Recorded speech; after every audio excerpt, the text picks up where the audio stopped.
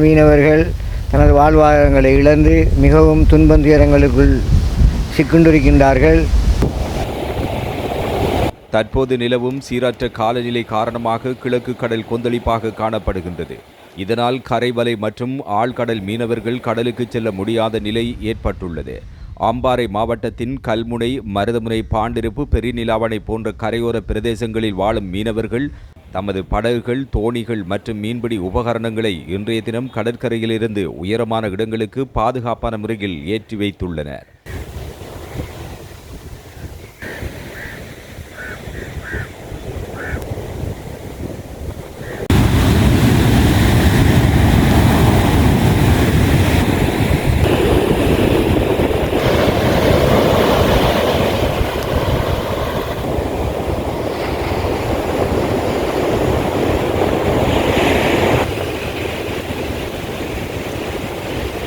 இந்தியாவிலாம் இப்படி மானியம் கொடுக்காங்க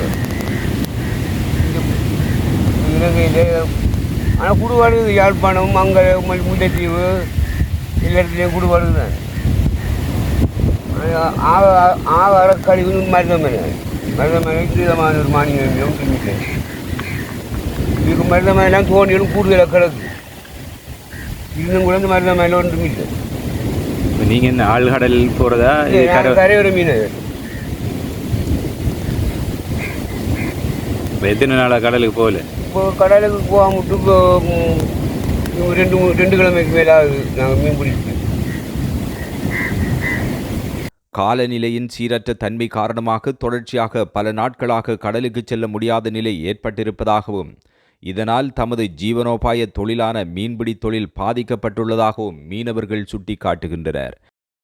இதனால் பாதிக்கப்பட்டிருக்கும் தமக்கு நிவாரணங்களை வழங்குவதற்கு சம்பந்தப்பட்ட அதிகாரிகள் முன்வர வேண்டும் என்றும் வேண்டுகோள் விடுக்கின்றனர். தற்போது மீண்டும் மீண்டும் மழையும் காற்றும் வருவதனால் மீனவர்களின் வாழ்வாதாரம் முற்றாக பாதிக்கப்பட்டுள்ளது. ஆகவே இதற்கான நிவாரண ரீதியான உதவிகளையும் அரசாங்கம் செய்ய வேண்டுவதோடு அரசாங்கம் அரசு அதிகாரிகளை இங்கு அனுப்பி வைத்து மீனவர்களின் பிரச்சினைகளை நேரடியாக கள ஆய்வு செய்வது நல்லதாகவும் தென்படுகின்றது. ஒரு திட்டமிடல் மூலமாக மீனவர்களின் பிரச்சினைகளை ஆராய்ந்து மீனவர்களுக்கான வாழ்வாதார உதவிகளை செய்வதற்கு அரசாங்கமும் அரச திணைக்களங்களும் தனியார் நிறுவனங்களும் முன்வருமாறு அனைவரையும் மிக பணிவோடு நாங்கள் வினயமாக கேட்டுக்கொள்கின்றோம். இன்றைய தினமும் நாங்கள் கடலுக்கு செல்லவில்லை. கடல் கொந்தளிப்பாக இருப்பதனால் நாங்கள் அனைவரும் எங்களது வள்ளங்களை உயர்க்க பிடித்து வைத்துவிட்டு நாங்கள் பல்வேறு யோசனைகளுக்கு மத்தியில் இருக்கின்றோம். மீனவர்களுக்கான வாழ்வாதார உதவிகள் தான் மிக குறைவாக இருக்கின்றது. வெள்ள நிவாரணங்களும்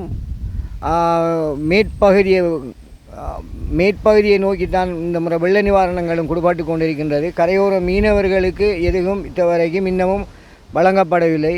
இன்றும் நூற்றுக்கணக்கான மீனவர்கள் எந்தவிதமான வாழ்வாதார உதவிகளும் இல்லாமல் அன்றாட வாழ்க்கை ஜீவனாயத்துக்கு மிகவும் சிரமங்களுக்கு மத்தியில் தான் இருக்கின்றார்கள்.